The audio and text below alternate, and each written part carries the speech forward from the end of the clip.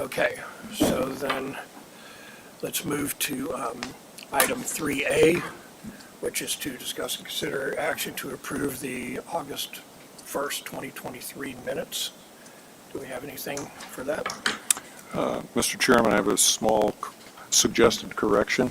Okay. And if you look at under 3A, 2023-0658, in that first full paragraph, there is a sentence about halfway down that says, Mr. Thompson asked why the eligible project costs on the staff recommendation is less from the previous meeting. What I'm suggesting is we change the wording to that the eligible project costs on the staff recommendation are less than reported at the previous meeting. So staff recommendation are less than Reported at the previous meeting. I just think it clarifies exactly the intent. And it also clears up the subject-verb agreement, so. Okay. We have a motion. Do we have a second? Second. Second. Elizabeth seconded. Any discussion? No discussion. So all those in favor of George's motion, say aye. Aye. Aye. Any nays? Hearing none, motion passes unanimously. Any other suggestions or motions regarding the minutes? I make a motion that we approve the minutes as they have been amended. George Van Worken and Elizabeth. All in agreement, vote aye. Aye. Aye. Any nays? Nice. Okay. So we can move to item 3B, which is discuss and consider action regarding the financial reports and approval of expenditures. Good evening. Thank you. Tracy Waldron, Finance Director for the City of Pflugerville. This is my first meeting with the Tirz Board, so it's nice to meet you all. Let me go ahead. So in the packets, there was more detailed reports. I just have a presentation on the summary of how we ended fiscal 2023. We captured certified values of $464 million, which brought in $2.3 million in Tirz revenue. After the expenditures that are within the agreement, the 5% admin fee, the service payments for the single and the multifamily, the other reimbursements cover any consultants or legal fees, and then the debt service. We ended the Tirz with a almost $2 million balance. I wanted to go over, I don't have a slide for this. You had the details in your packets, but for fiscal 24, the captured value was $571 million. Total revenue was $3.2 million, and the ending balance was right around $6 million in the Tirz. We had gotten a question about the debt service, so I just put a slide in here just to kind of, at this time, these are the issues that have been done for the Tirz, which district they covered, and the balances and the maturities. And so the first issuance was a 10-year, the other three were 25 years. I can take any questions you have, and if I can't address them on the spot, I'll certainly get the information back to you. Mr. Chair, You can ask a question. So nice to meet everybody. I'm Robert Romick, the new appointee. So if you'll excuse what are clearly dumb questions, but first meeting, I might as well ask them now. Sure. I assume, so is the debt service, these are debts, are these on bonds? And the bonds are for various transportation projects that are paid for by the Tirz? For infrastructure. Infrastructure within generally. the districts. Okay. And then I wasn't sure I understood, what is the service payments for the single and multifamily housing? Somebody else want to- What is service? What service are we doing? With the Tirz, the service payments are the payments that the development paid per each unit Oh, okay. towards service, because initially Falcon Point was at 100% reimbursement. And so there was a service payment due for each unit in order to help support some of the services provided by the city for those units. So why in the financial statement is it shown as a debt if it's not going from? It's an expense, it's not a debt. It's coming sorry, from the expense. TERS and it's going to general fund. Oh, okay. It's part of the agreement. So it's one of those built-in Got it. So expenses it's reimbursing the city. a pass-through expense in the sense. It's not that the TERS is spending, it's coming from the development that they give to the TERS fund that then goes to the. Well, it's coming city. out of it's coming out of the tax increment value that the TERS collects. Yes. Yeah. The point of the TERS is to collect those taxes and allocate them within the zone. Got it.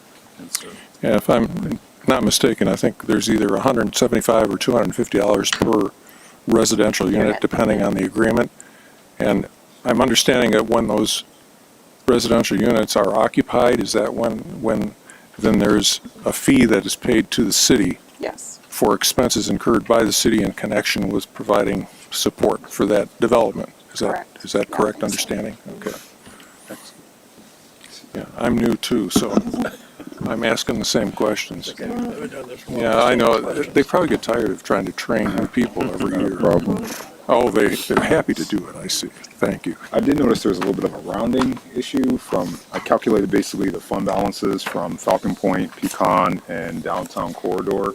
And there seemed to be a slight rounding from what the balances are showing on the, it's like $93. it's about 91 actually, Yeah. 191 for 193. I don't think it's anything significant, Yeah. but being an accountant, I'm aware of it. I like when things zero out. Do you like to be right to the penny? Oh, yeah.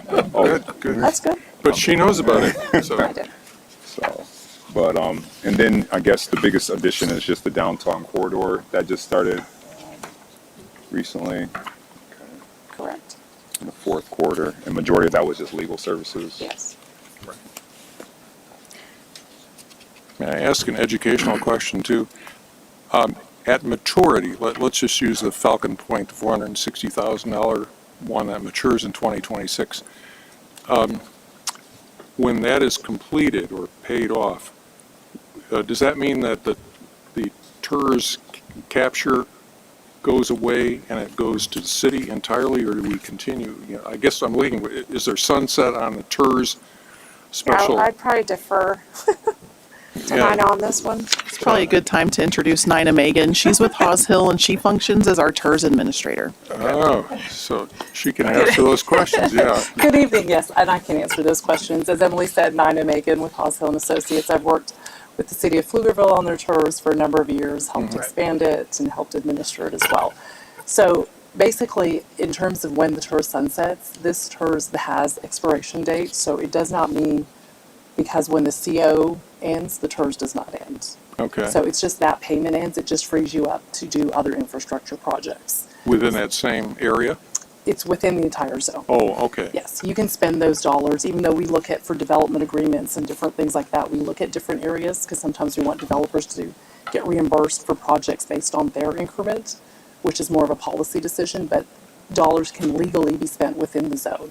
So when certificate of obligation expires, if it's, before the zone, termination of the zone, like most of the zone, we expanded it in 2020, or extended the life, it's 2052. With the exception of Pecan District is a little bit later, 2058. So if the CO expires before, those revenues are just freed up to do other projects. Okay, so essentially, once the TERS is created, it will continue to generate Yes. revenue, even after all the debt And- that is Yes, incurred? until its termination date, or until the city just chooses to do so at an earlier time when all their Okay. Is there a obligations have been there's met. no termination date on? There is right now. So there is right now, it's 2052 for majority of the 2052. zone. So at that point, it does terminate. A city can choose if, let's say, they've completed all their projects and all the COs are paid for, et cetera, all their obligations are met, they can choose on their own to terminate at an earlier date. And that's 2052 on all. It's on all of them except for Pecan District has, when that was annexed in, it had a date of 2058. 2058. Yes. Okay. how did we arrive at the debt service to revenue ratio? I'm seeing here that it's a fairly static $600,000 in debt service. But we are increasing the revenue each year. Do we, I imagine we're going to get into Yeah, 20. the plans later, but are we anticipating committing that funding to other projects, therefore we don't want to increase the amount Well, of debt we're paying? All of this debt has debt schedules, and so the financial advisor builds out the debt schedules based on kind of the projections of the revenue growth. And so the payments may be lower now, but in the schedule, they grow, Okay. yeah.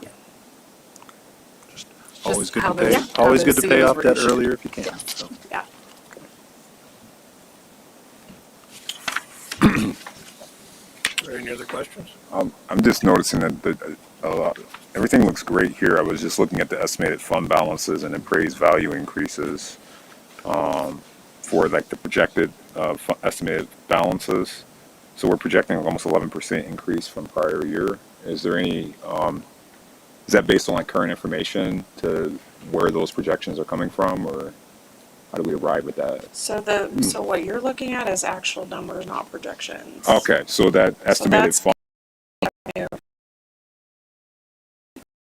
This year. awesome. That's, well, no further questions from me then. Yeah. You're pretty pleased. Yeah, absolutely.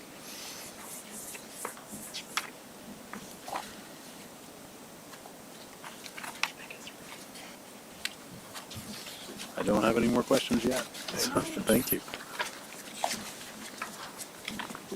We need to approve these, right? Yes, sir, we do need So I approval. figured, I couldn't remember. Remember we did it last year, but it's been all a year ago. Make a motion to approve as presented. Okay, Elizabeth made a motion to approve these statements as submitted. We have a I'll second. Darrell seconds it. All in favor? Aye. Aye. Any nays? Motion passes unanimously. Let's move to item 4, discussion section. Item 4A, 2024-0499, discussion regarding progress report, budget, and schedule update regarding the Pecan District. And I understand we have a developer to present for that.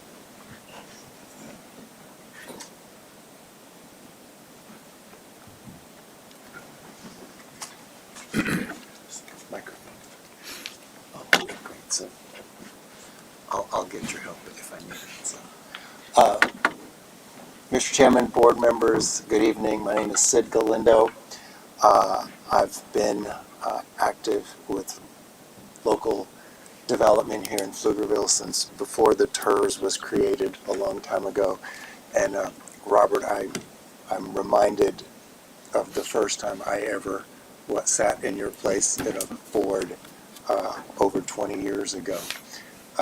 And if you'll indulge me, I just want to share a little story about that because it'll become relative to what we're here to talk about tonight, which is really about, we are here to talk about how we are having to adapt and overcome with the new realities of development and the economy, and how we still want to stay true to the vision for the development that we have for the Pecan District. But, we got through things pretty quickly, so it'll take 3 minutes to tell a little story. But the first time that I was on a board in the position that you guys were in was through a series of incredible coincidences on the City of Austin Planning Commission. And the first case on the first night was a zoning change that the city was bringing forward. And there were a number of citizens who came in to speak about why they were opposed to the zoning change. And those were all very rational reasons why a private citizen would have a private interest and would want to argue their case. So after we heard that, I turned to the staff and I was kind of like, I'm going to ask a dumb question, right? Because I'm new to this. I don't know really exactly how it works. And I said, what is the public interest that we are to judge, and balance between the private interest on the zoning change and what the public interest is? And I got some really interesting and blank stares from the staff. Because, well, nobody's really asked that question before. There's the zoning. The zoning is the zoning, right? But I said, but cities change, they evolve, conditions, the cities grow like living organisms, and so don't we have a vision for what the city will look like in 5 years, 10 years, 15, 30 years? And surprisingly, the answer essentially was no. This was 2003 in the city of Austin.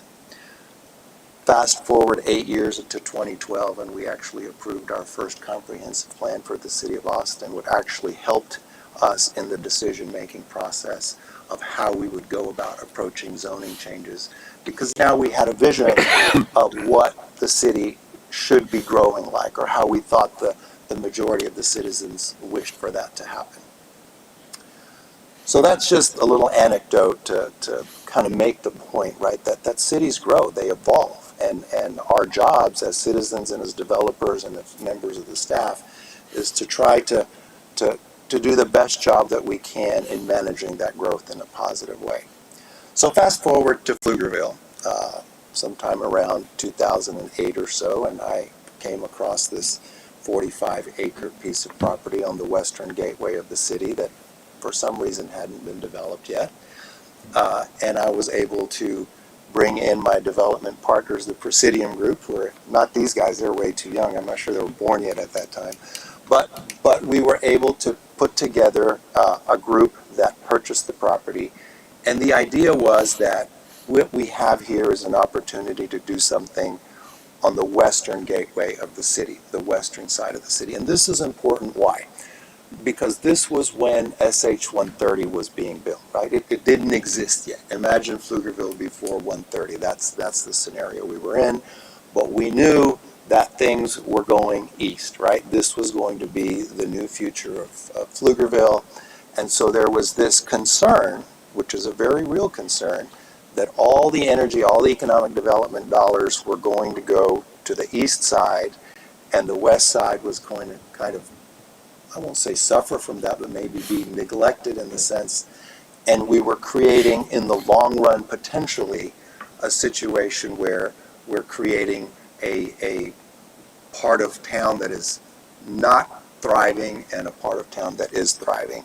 And any municipality that allows that to happen is going to have problems later politically, socioeconomically, and it just becomes a more divisive environment in which you try to build a community, build a city.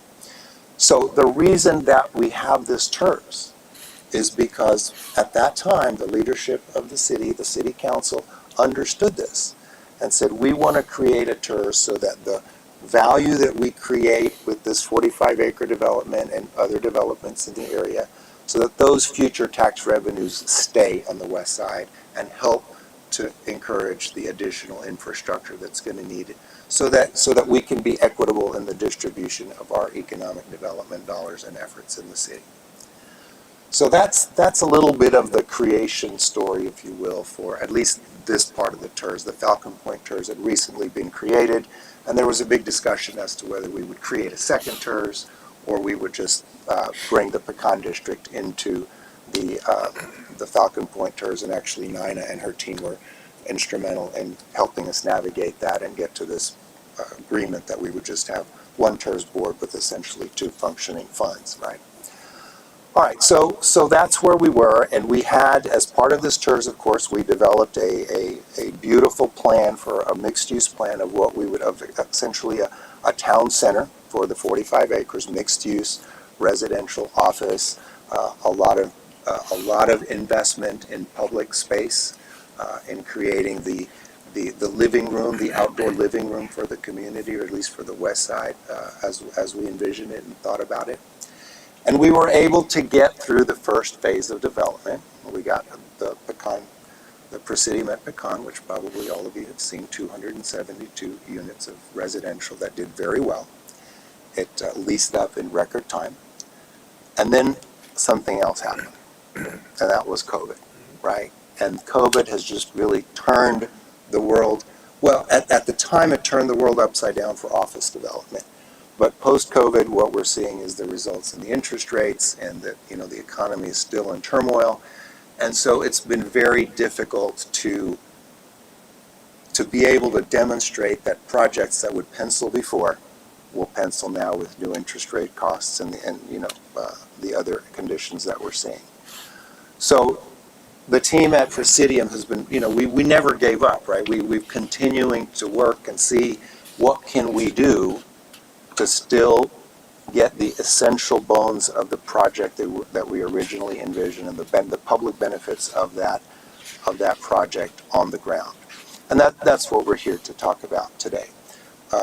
We have worked really hard to understand how can we shape our original concept. And I'm going to let these guys take you through those details. I'm just going to kind of lay the foundation for you. How can we take the original concept of creating an outdoor living room for the community, essentially, if you will. That's kind of how we like to talk about it. But do it without the structured parking that becomes too expensive under current conditions, without the office that nobody's willing to loan for office development at this point.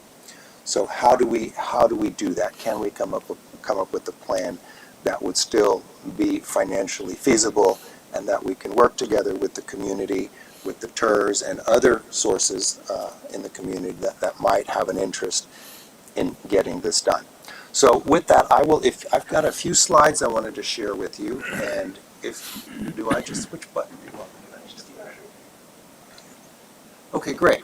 So this is a graphic that you all might have seen before. This is an image that our artists created for our vision of what the main entry boulevard of the Pecan District would look like. And we call it a shared street, and you can see that it's designed to be used by pedestrians. It's designed to have restaurants and commercial uses along the pedestrian walkway where the buildings interact with the people. And you also notice that there are no curbs on this road. It's just one flat platform from building face to building face, and you use different kinds of markers and urban design tools to help people navigate, where they need to be, whether they're on a car or on a bike or walking. And just coincidentally, I'm going to share with you the next slide, a series of photos that I took last week. I took them in the city of Cincinnati. I was there for a conference for the Congress for the New Urbanism, which, if you have a little extra time this week, I'd urge you to Google CNU, Congress for the New Urbanism. Because it is basically a group of people, it's a national movement really, that tries to understand how we do more pedestrian-oriented, mixed-use types of developments in a successful way. But I want to share some photos with you that are not artists' conceptions of what this might look like, but real people enjoying this real space in a real city right here in the United States. I will mention that we don't have anything like it in the Central Texas area. But this is Court Street Plaza in Cincinnati, and I just wanted to highlight and show you how some of this area is used, right? In the middle section there, you have a photo of a family on roller skates. They've actually created a roller skating rink right in the middle of their street, right? So their main street becomes a roller skating rink, and DJs are playing music and people are dancing. The restaurants on the side are full of people. They have little cafes, they have trees, the little umbrellas that folks are sitting underneath, and really just enjoying being in their community, right? And that is a space that was created not just by one private developer who decided to do this, but it was a collaboration of the city and the private sector and a lot of other public-oriented entities that participated in the creation of this space. So I just wanted to show you this so that you know that it's real. It can be done. It's being done in other parts of the country. And our goal, our hope, is that we can create this type of an environment here in Pflugerville, and that it'll be the first of its kind in Central Texas, and hopefully then become, a draw, an economic draw for the region, and bring economic development and dollars into Pflugerville itself. And so this is a really interesting, concept. I wanted to leave you with that. I also wanted to let you know that I think there's a lot of support for this in Pflugerville. In fact, as evidence of that, I would point to a distinguished member of the audience here, the former chair of this board and now the chair of the PCDC, Does look Mr. Jeff distinguished. Thompson. I'm sure you all know him. But he's here because he's interested, right? And he wants to support this and wants to explore it and wants to bring the resources that he, is involved with to bear with the project.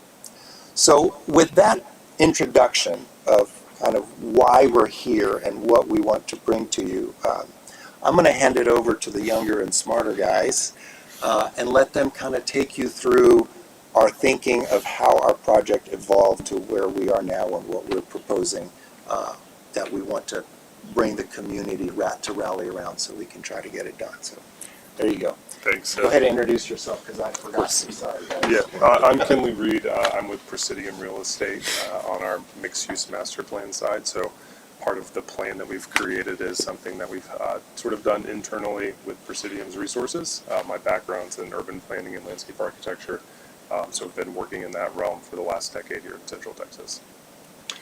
I'm Harrison Petrovich, so similarly to Kenley, came from the consulting background, but I was on the public-private partnership side, setting up a lot of districts like this, different TIF districts, public improvement districts, and that across Texas and really all of Southeast United States, and then kind of joined up with Presidium's mixed-use master plan team about 3 years ago, and have been working with these guys ever since. I am Sean Dong. I joined the Presidium in 2016. Has been 8 years, and my background is mainly finance.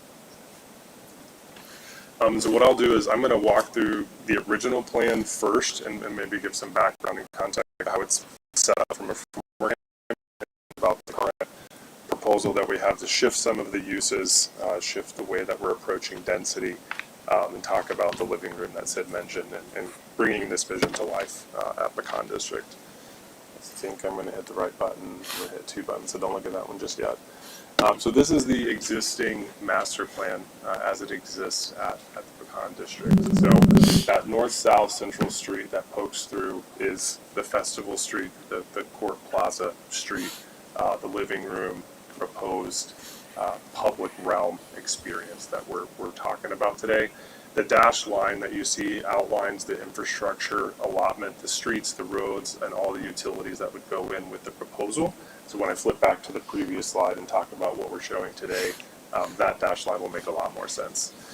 As you can see, each of the blocks labeled B, C, E, F, that sort of front, that retail street, that festival street, that experiential living room street, were intended originally to be retail at the bottom, some office above. You can see big parking structures behind it, and then some multifamily wrapping those parking structures. Always the intent that those would be phase 1, maybe 2 at a time. And as Sid mentioned, the realities of office is just really difficult to make any office work in any market in the entire world. And so, it's not unique to Pflugerville. And so we've tried to be creative and figure out how we still bring that human scale experience at the ground floor in retail, make it a little less dense so we don't deliver the commercial office above it initially. Maybe there's opportunity to fold it in the later phases, but we've removed that from the initial plan to bring forward what we think is a viable option as it sits today with a less dense A and E block. We'll show multifamily there, and then retail along C, E, F, and then an initial temporary parking scenario on lot B to then service that retail. So it's compact. It's an initial phase intended to be phased in and fill in as time goes on, but wanted to, bring something realistic that we felt like could deliver that living room and what really needed to happen to not just build a piece of it and then the rest is undeveloped. Trying to get 2 sides of that retail street. For retailers, it's really important to have retail on one side and retail on the other so they face each other. You get that really dynamic, exciting front porch vibe, right? You're having drinks on the patio and you're seeing other people do it on the other side of the street. It's really exciting. So with that, I'll go back 1. This is the current proposal that we have for an initial phase that delivers that living room experience. So the red bars, I'll start here, the red bars that are oriented north-south on the plan surrounding the Festival Street, as we call it, that's shown kind of in a red, brown, gray color. That's intended to be the restaurants, the service, the retail, the shopping street experience, very shaded, Tivoli lights, string lights overhanging the plaza, and then the streetscape spaces, and as said mentioned, a curbless experience. So you can bounce back and forth, a very intentionally designed street to encourage vehicles to either not be on it or go really slow. So you're really imagining a bouncing back between each side of the street, shutting it down for different festivals and events, and accommodating that with different access otherwise to Pecan Street or Boston Fluvial Rip. You'll see that there's a missing square of rectangular boxes on the top left there labeled food trucks and events. That's intended to be temporary parkland public space. So that's where you set up tents for different events, farmers markets, chili cook-offs, that sort of stuff. You can imagine food trucks on the corner there kind of anchoring that intersection of Ingenuity Avenue and Festival Street to give that corner a really cohesive retail experience, but allow that block, because it is one of the smaller blocks, to come online as something else in the future when that parking lot gets redeveloped into something more vertical, whether that be apartments with retail in the front or otherwise. And then the difference on E and A, we've combined those into be one larger phase, but surface park within their blocks. So the parking is hidden behind the buildings and serves only really the multifamily units that would bring online in a 3-level configuration versus the larger 4-story wrap. It's really one of the only kind of efficient models that we could bring, and given the current economic conditions, construction costs being so high, interest rates being so high, as I mentioned. So it's about 300 units between all of them, a shared clubhouse and an experience in the middle, but how it fronts the streets and how it fronts the public-facing realm is still the same as the original plan had.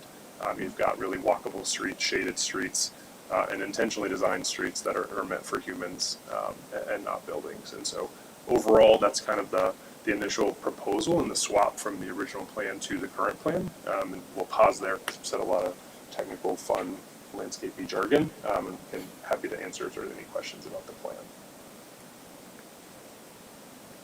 So what do you see as phase one? All the colored boxes, basically, and everything that's, from an infrastructure standpoint, can I come over here and point? It's a little easier to walk over here. So these blocks here are, were originally shown with buildings behind them, and it was intended that would come with a building behind them. What we're proposing is taking that front, 80 to 100 feet and letting that just be single-story retail, designed really nicely so it had that same look and feel, but didn't have anything above it, and retailers actually really like that, so you can attract some exciting groups with that. So you have those 2 blocks, service alley behind them, this block here in service alley, this becoming parking to service that retail until you can get garages to come in and help take that parking away so that you can redevelop this and not be a parking lot in the future. Putting in Ingenuity Avenue and all the infrastructure, the access drive and all the infrastructure that comes with it to connect into the development and serve that retail, and then again, hardscape, underground utility, finishing Social Drive extension so that there's a full connection on Social Drive, terminating at that future plaza. So you're saying that it's a possibility that like the parking areas of B could possibly be redeveloped into buildings at a future point? The intent for Lot B is that it is temporary. Mm-hmm. It serves the retail up front in an affordable way to deliver parking, because those retailers need parking, until we can bring on structured parking, likely on the other side first, so that we're not disrupting that parking and those retailers' parking. And then once those parking garages can accommodate that additional retail, then in the future, that would be sort of the last phase that comes online. When you say on the other side, you're talking about over On the back side. on the back side. So That's what I assumed. I just wanted to make sure. Yeah. Right. So Like it was there. those are Right. garages there. Yeah, I remember that. We're talking about that space. Right. And the problem with doing structured parking now is just the cost. Super. Is Festival Street, I couldn't quite tell, is it always pedestrian street, or is it a sometimes pedestrian street? It's always a pedestrian street with intent that vehicular share with pedestrians. It can be shut down, that's a sideways answer to answer your question. It's designed for people, but cars can also use it. But it's designed to be shut down during heavy events, weekend festivals, so that cars don't need to use it. Right. They can access here, or Did y'all consider doing a just pedestrian? I mean, since you're redoing the concept not entirely, but obviously the intent when it was this larger scope was to have the through, but there is always the difficult dynamic of having cars and people on the same road. It's a fun idea, but there's dangers, right? Given that you can reconceptualize and you've got this big parking lot, and you don't immediately have any huge needs for cars going on that road, I would think about making it just permanently pedestrian, and it is a destination retail that leads into parks. I would think that'd be attractive, but I'm not a developer. That's just my 2 cents. Yes, it's always one of those little internal battles you have of what can be solely pedestrian.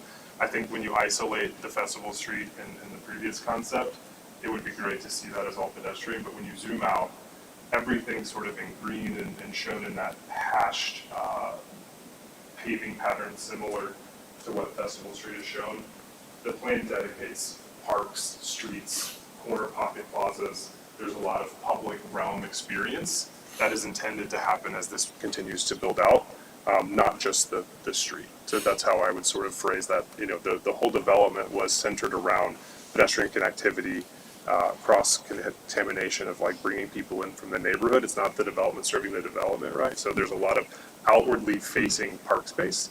You can see it on the left side of the plan and on the right side of the plan to make sure that when you're arriving, it feels very activated from a pedestrian realm standpoint. And Sid may have definitely more history on the development of the plan, but those are some of the core tenets as it continues to build out. Not to say we can't evaluate it.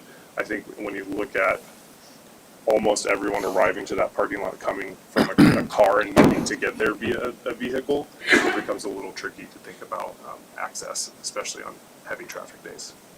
Would you say that your opinion that ongoing would be that if we made Festival Street entirely pedestrian, that given the plans for future development, we would be unduly restricting access to the rest of the development? Is that kind of what you're getting at? It gets very tricky. Yeah, and that plus this plan's not unfamiliar to the community. It's been out there, it's been discussed, it was created with community.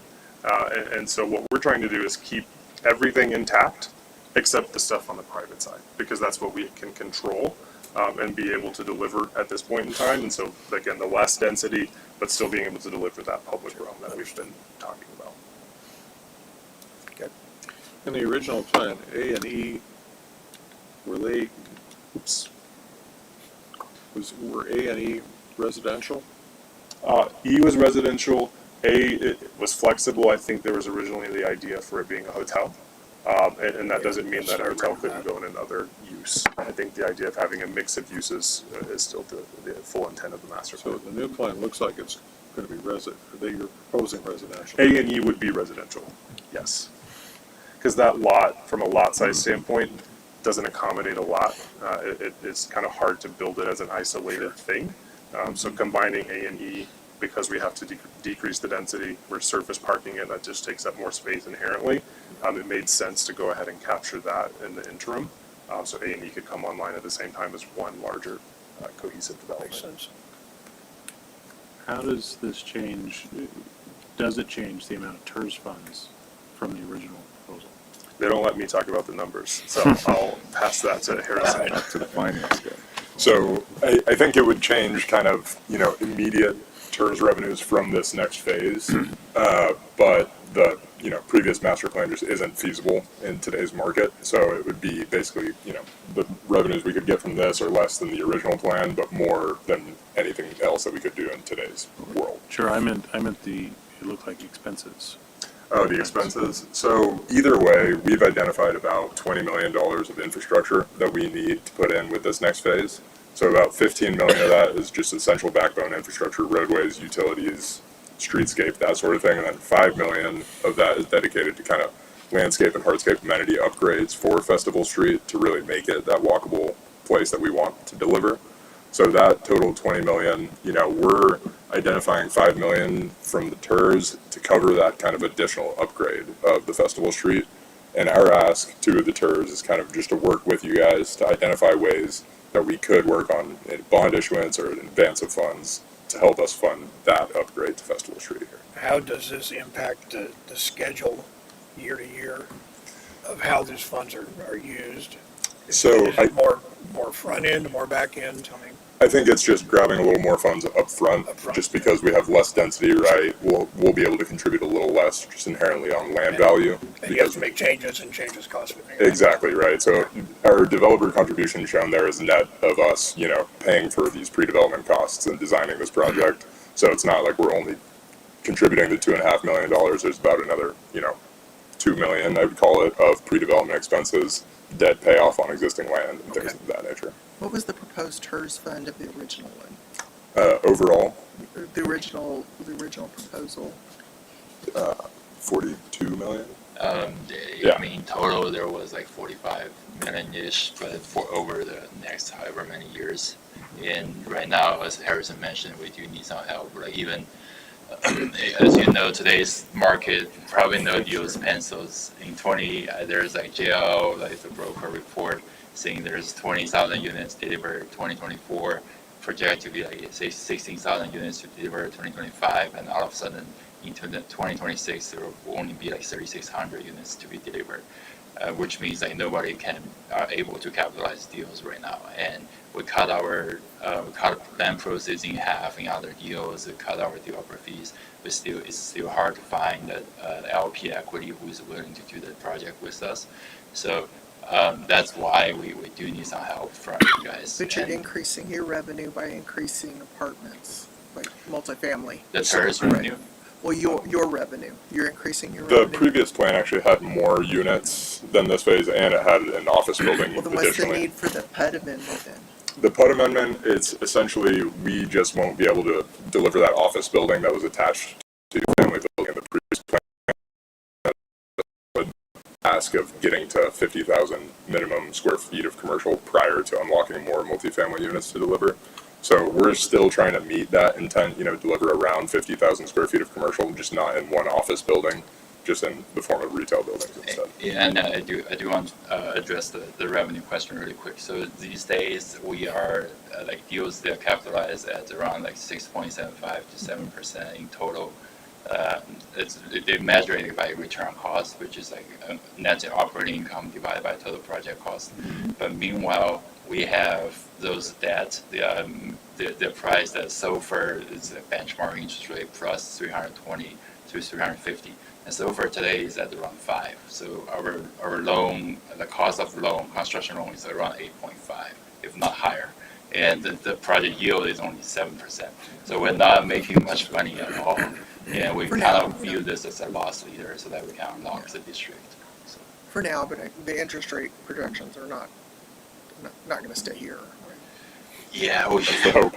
we hope so. We hope. And we have the headwind of the rent because it's oversupplied and the occupancy goes down and all those. Yeah. So, yeah. What are the most funds, or the other funds, 12 million? What are those other fund sources? So that would be in the form of whether it's debt on our behalf or other public funds partnering with different groups in the city of Pflugerville to help us fund this phase of the project. But which is it? Because those are To be determined at this point. Yeah, we haven't fully identified this yet. We have some thoughts and plans. But it would be great if TERS can give us more funds, so we need to raise less for other people. I was going to ask you, so there's a possibility that you may come back requesting more funds if basically that 12 million can't be secured in other methods? Yeah, I think it would be our goal to identify, working with you guys, what kind of the maximum number is that we could get from the TERS, and then work with other groups to kind of find and right-size those buckets of different funds. So tell me again, what's the difference between Festival Street and the original plan and now? So the biggest difference is just going to be the buildings right up on it. So previously you have ground floor retail and about 4 stories of office product above it, and right now. So it's less tax space for the city. Correct. So less tax space for the city, and you want more TERS money for less tax space. We're not going to ask for more TERS money over the life of the development. It's just a timing of funds issue. So I think ultimately it would still be the same $45 million of costs that we're asking reimbursement for over the life of the TERS. But less tax base. And that still is to be determined based on how the rest of the plan shakes out. The original TERS, or the original request or proposal was 42 million in resources. Now you're cutting it down to 20 million in resources So necessary. that was for the entire district, right? And Okay. we're just zooming in on this next phase, so what Okay, the second phase is. so you're saying overall it will still be somewhere in that 42 to 45 million? That's our But this phase expectation. will be 20, Mhm. right? In the 42 or 45, what was the TERS requested component? Do you recall? The TERS request component, you mean what does it You cover? have us for 5 million here. What did you have us for on the original? Was it 5 there too? Originally, it does cover a couple phases of a garage. And by the way, that number was a 2018, 2019 number. It's before all the inflation numbers. Right, I understand. I'm just trying to, I'm just trying What's to the get the information. Yeah, what's Yeah. the number? We have a detailed breakdown I can get back to you after the meeting, but it's in the TERS financing agreement. It has been laid out. I believe it has a couple phases of infrastructure around like 30 million-ish, and there's a couple phases of garage around like 10 to 15 million. But Between 10 and 15 is what you were saying originally?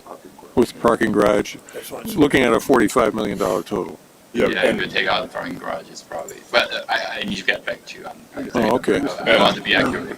And Yeah. this specific phase, it would still be delivering that same $20 million of infrastructure, and then the delta would be before we had a garage that we would also ask for TERS reimbursement on, which now we don't.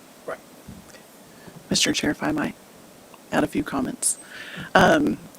For these projects, especially for our newer members, because they're already agreed to TERS funding, we asked them to come provide updates on their project. Staff has not received the request for the amendment for the TERS, so we've done no analysis on it. And so this was kind of the first glimpse at what they're looking I for. understand. Right. They will be required to submit for a TERS amendment post amending their PUD. The PUD, which is their rezoning, and Mr. Roma, you might remember that zoning in your Planning and Zoning Commission time, will need to go through that entire public process to make sure that amendment then aligns with the request in order to ensure they can deliver the development that they're wanting funding for. And so those pieces need to align first in order to then come and seek the funding to have them. There are elements in the PUD that are mentioned here and with the zoning was prior to the TERS coming on board was to ensure that we weren't just getting residential for the property. And so that mix of commercial uses was important during that time. And so that's the analysis that we'll need to go through. We get that the market changes and that the time changes a lot of things. As Mr. Galindo said, COVID and those kind of things, but there's also still the vision of the development and that the city wishes to have. And so we'll work with the developer certainly through not only their rezoning, but their TERS request. But every quarter you'll see this, and then as we advance with them on their project, just like we have others, we'll bring forward to you more detailed our analysis of their numbers so that you can dig into those a little bit further as well. And then eventually our recommendation on how to move forward. Awesome. And certainly, as much as I think we're all having some hesitation, y'all can appreciate, we don't want the city to be investing heavily and then another downturn or something, and not that you guys would, but y'all walk away and, at the same time, we don't want it to be an undeveloped tract of land for another 20 years either. So I can certainly appreciate the focus of what can we all agree on, we can get in now and get it started. So that. Yeah, and we appreciate all the questions. It helps us prepare documents for the next round as well. So. Yeah, I think we just wanted to introduce the concept today, Sure. run it by you guys. Sure. Yeah, just kind of That's have to what work that's what together this as is for, things go yes. forward. Yeah, and as a general matter, nobody wants offices right now. Exactly. So retail it is. Yeah. Okay. All right. So, Anything else, Jim? can I just ask, what's your analysis on retail? The reason I ask is, every almost every week I see a report of another chain of stores shutting down or, closing. So I'm just wondering, how, apparently you have some confidence you can fill the retail, or you We found have niches a that. lot more confidence in the retail than office for sure. Okay. And, Austin, I think as a whole market is experiencing somewhere like 2% vacancy in retail. So Okay. right now it's actually a great time in the retail market. We've been leasing some other projects and having great success at this point. So we thought it would be a good point to kind of look at it here in Pflugerville as well. When you talk about retail, what sorts of things do you envision? Is this places where things are being sold, or are you Food and talking about, beverage. other sorts of? I'll step back up. It's not numbers related. The idea for the retail is a mix of food and beverage, referred to as F&B, and soft good retail, apparel. Hopefully, we want these places to be destinations. I Okay. think some service retail, like a UPS store, some of those smaller footprint things that can slide in and be inconspicuous, but also serve residents and serve neighborhoods, are really convenient. When a UPS store went into a place that I lived next to, it was like one of the best things that could happen. But it's also next to the local grocery store, or the local deli, or the local bakery, all of those things. And local regional is also a huge thing. There's lots of great Central Texas groups that want to have their second location or their third location, or it's their launch point into somewhere outside of downtown Austin, right? And so we feel like this type of development really resonates. The single story with nothing above, people love surface parking in retail. So to be able to establish that so someone can park, walk right into the front door and not have to navigate a parking garage until a little bit later, call it a few years down the road, that sets those retailers up for success. The first 5 years is the hardest for retailers, so to give them that first 5 years with a really easy way to navigate, increases their likelihood for success, and that's what we want. So that's the idea. It's not auto parts stores or strip center kind of retail. This is living room retail. It's front porch retail. We want people here enjoying those retailers and the public spaces. And so all of that to be proved up through detailed retail analysis as we continue to get further along in the details of the plan and understanding financing and development nuances. All of those will start to come online with further conversations with the local retail brokers and what's missing in the Pflugerville submarket from a retail perspective, who's interested in it. From our initial conversations, every time we say we've got a project in Pflugerville, some people's ears perk up. So that's a great sign for us, even before showing someone a plan. Yeah, good. No, we just need money, that's all. Just money, yeah. Well, thank you so much for your questions. Thank you. And we look forward to continuing working with you guys. Thank you for your Thanks. presentation. Any other questions for me? Good. Okay. Okay, so then we can move to 4B, 2024-0500, discussion regarding the Down East next steps. Downtown East, excuse me. Downtown East, thank you. So similar to our private development, It's it's just a so public. easy to say Down East. Is she down east? Down East. So similar to private development, for public development funded by Tirz, we also will offer the same presentation every quarter for you all as well. So Downtown East, I think all of you are familiar with the project, so we'll provide an update for you all today. Just as a refresher, here's the site. It's located at 685 and Pecan Street. Generally described there at 29 acres.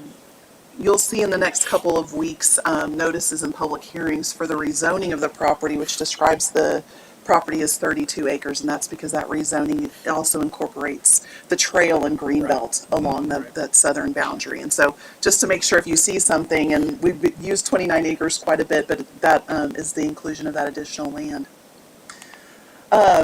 City Council established 19 goals for us to achieve with this project, and so we like to revisit them for ourselves as well as our boards and commissions. So many of our boards and commissions have investments in various ways, whether it's financial or through our Parks and Recreation Board or Planning and Zoning Commission, and so really helping us to kind of check these boxes as we bring this forward to you, and we're progressing through the development. I won't read them all for you, but I think really the first one summarizes well our overall goal for the project, and that's the vibrant, equitable, walkable neighborhood where people will live, work, shop, and play, as well as engage with with city government. And so I hope in the plan you'll see here in just a minute that you really can see and start to see that vision coming out of the ground. Here are goals 12 through 19. 14, which is related to our recreation center, was inadvertently bolded or probably carry over from another presentation. So it, while very important, just equal to the rest of the goals here. This is where we are in our phase of development, and so we've been working on this for a little bit of time. As you all know, development takes a minute to get out of the ground, and so we acquired the land in 2021, December of 2021, and so we've been working through each of these phases to build a project team, continue community engagement, and last year we selected and have been working with our master developer, Griffin Swinnerton, and that team has brought a myriad of consultants, from architects to engineers to environmental specialists that we meet with weekly, and so we've been working through that, and we are currently in the project design and permitting or entitlement phase. And so that's that rezoning that I mentioned that'll go forward to the Planning and Zoning Commission and City Council next month. We've also been working on other public engagement. We were at Slice of Pflugerville getting additional feedback related to the plaza, which I'll show you here in just a moment. And then we also had a specific targeted neighborhood stakeholder meeting because the property is bounded on the north and west sides by single family. So here's just a snippet of the regulating plan for the project. I think this kind of helps to orient overall the site as a whole.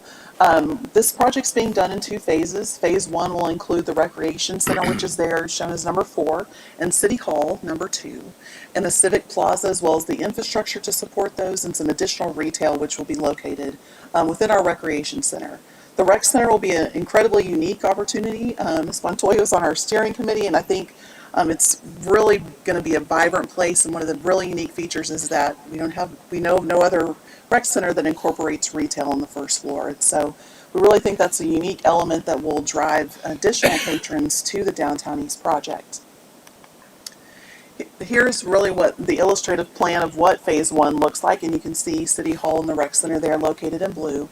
That Civic Plaza, which really becomes kind of the heart of the project, we're working on kind of what elements that includes, but we could envision some nature play, a stage and lawn for those music in the parks or other types of programming events that our parks staff does so well at putting on.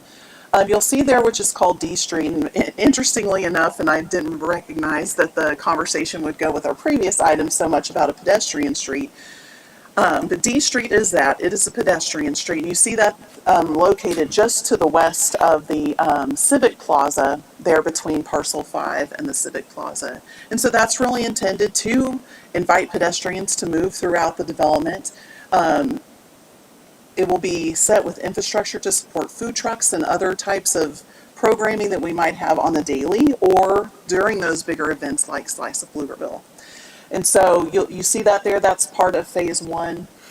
Parcel 5, we call it our priority development parcel because we really think kind of those bookends of that plaza is what we really want to set up first. And so we're working really hard to get Parcel 1 into Phase 1, but didn't want to kind of set that time frame just yet because there are a lot of moving pieces with that as well. And so Phase 1, you'll see there the Rec Center, City Hall. The red pieces are the retail. We do anticipate a little cafe just outside the City Hall. One of our main goals is for you to visit City Hall, not just because you need a permit or to pay your utility bill, but to really engage the community in a place in which you can come hang out.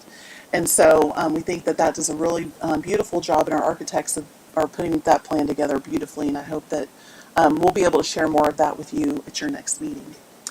Initially, we will do surface parking, which you see there in parcels 1 and 6. We changed the numbers a little bit, and they're kind of small.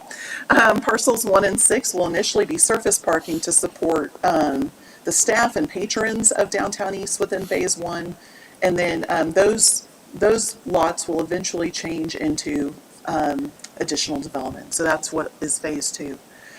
In Phase 2, we intend on building what we term on here as a district parking garage, and that will serve all of the uses on the site except for the residential, which is shown there in orange. The orange pieces is the multifamily. That is one of a variety of ways that portion can be constructed. We have some other options that also show parking garages or different types of parking setups for the residential as well. This was kind of making sure everything would fit there, also so that we could look at the heights of those buildings as they're adjacent to the residents. In the red shown there, right along 685, it has the potential to be an office should that market come back, hotel or otherwise. The purple there at the south corner, just next to City Hall, is shown there as a hotel site that would also have retail on the bottom. On the west side of City Hall in Phase 2 would be some additional retail, and then you see in that parcel 5, that's our priority parcel between kind of phases 1 and 2. Shown there's really what we're hoping for is a really active site. So depicted there is some pickleball courts, additional retail as you see maybe in other communities that have that kind of active sports environment where it's very recreational. We think that would be a nice compatible use with that. Some type of food hall would also serve the project well here too. That we have our team working on as well for what might go there. So that's what Phase 2 at full build out could look like, and the zoning that's moving forward. We'll add some flexibility, but also ensure that very vibrant development that's articulated in those goals that council has defined for us. Here's a little bit of that plaza, which I think so far is becoming my favorite part of the site, is that Civic Cart. You can see there that pedestrian street and really kind of the connection between City Hall to the south as well as the Recreation Center to the east, really tying all of those pieces together. Also becomes kind of a trailhead. We're the trail capital of Texas, and so also trying to celebrate that component as well. Here's some of the pieces or images that we are drawing from in order to place those elements here in the center plaza.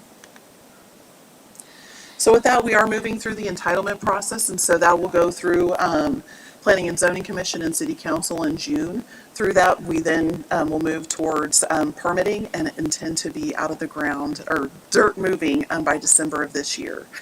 It takes us about 20 months for construction, so we hope to have some ribbon cuttings of these new facilities in the fall of 26. Awesome.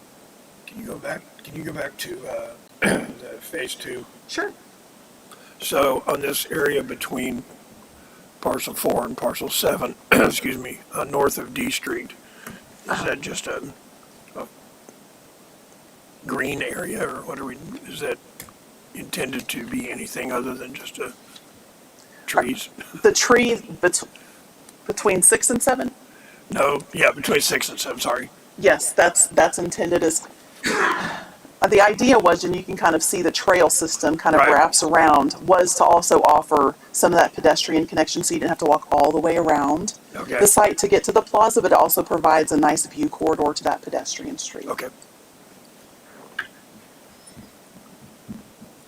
Any other questions? The intersection at Main and 685, is that signalized? Yes, sir. It will be signalized. We've gotten approval from TxDOT to have that signalized, and we're working with them through their permitting process. Interesting. Is that going to butt up right from the entrance, I guess, to HEB as I was looking at it? Yes, it aligns with the far entrance to north, yeah. HEB. That was key to making sure that intersection would work well. Awesome. And that Main Street will, I guess, come across. I'm not sure if there's been development on that road yet. Yeah. Or, okay. Yes, that's a great point. It's not Yeah. shown here, but Main Street from Railroad to 685 is also included. Awesome. And so that will include that construction, also an additional parking lot on the historic gin tract. And then we're looking for development for the balance of that gin tract to be also kind of a family entertainment place as well. And so we're actively working on all those pieces and expect that to be all part of Phase 1. The Cotton Gin building goes, is that right? It does. Unfortunately, it's right in the alignment of where Main Street needs to go, but we have had our architect teams out to tour the gin tract in order to pull pieces from it to celebrate the history of the cotton gin, and just in a new way. And so there'll be elements that are reused, either at City Hall, the rec center, as well as looking at and potentially using in other parks within the city. You know, this is one of my interesting, I'm always intrigued by Gilliland Creek. What are the thoughts about how to capitalize on that natural asset as part of this? Because I see it just sort of off to one side. You got some trails and so on, but, So really, that's really kind of celebrating the natural beauty of that creek, okay. right? And preserving that in some way. It's floodplain, obviously, but we know how well loved our trail system is, and so we wanted to make sure that we have those great connections to that trail, as well as the connections up to the project. And so we see a lot of users on that trail that they have ease of access to downtown East through that trail system. Also gives that other mode of transportation an opportunity to visit the project without being in a car. And so we want to make that easy as well. So we are working on connections that you see here in phase 2, but in the initial phase 1, we will provide a trail connection up to Main Street. And so that you can get on Heritage Loop Trail and get to Main Street to visit the project as well. Because most of that southwest part of that trail already exists. Correct. So that's, Yeah. you just have to get across. Just got to get up to the road. Exactly. Yep. HEB has no plans to expand or renovate or anything, do they, at this location? Not that we're aware of. Okay, I know they're putting a whole Building new a store. They're building a brand new one. So That's when I right look at this Pflugerville first, Parkway. You know, a lot of supermarkets are going 2 stories. Yeah. And What- I thought, That's probably what they'll Maybe it should be do. do the same here. yeah, I thought, wouldn't it be nice if they actually go across the street with a second level and Oh, tie right. in the development on this side, so Even it's better, have a walkable walkway. without having to go across. You know, Certainly. I think long-term, we could see redevelop, like, in several years, redevelopment of that tract, Right. to be more reflective of this site. Yeah, it would tie the two, you know, and you could share parking and people could walk across and It would move look like across tied to the rec 685. center though, the way they have this map. Yeah, it could, you Yeah. know, there's some interesting possibilities. That's right. I didn't know if you had any conversations with the HEB people and got their, We're working with them on the intersection piece, but we know of no plans for expansion. I think their bandwidth is pretty much taken up by the. Yeah, the new- they've got a Yeah, lot of the new activity store going right now. on. That's right. that site is kind of tight. They just did an expansion and a complete reset of this, what, 6 or 7 Not that years long ago, yeah. 6 or 7 years, it Yeah. seems like. So they'll probably just move everything in the store, so you won't know everything. I know. Well, thank you for your time tonight. Thank you. Thanks for the Thanks, Emily. updates. Okay. Do we have a motion for adjournment? You can just adjourn. I guess we can, don't we? That's right. Then I consider us adjourned. Thank you all for coming. Thank you. Thank you, Thank you. gentlemen.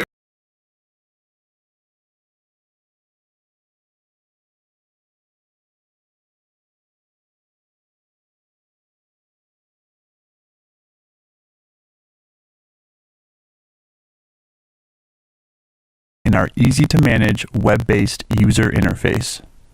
This is the home screen of Castus. We have created large, touchscreen-compatible, easy-to-use tool buttons to help you get started. These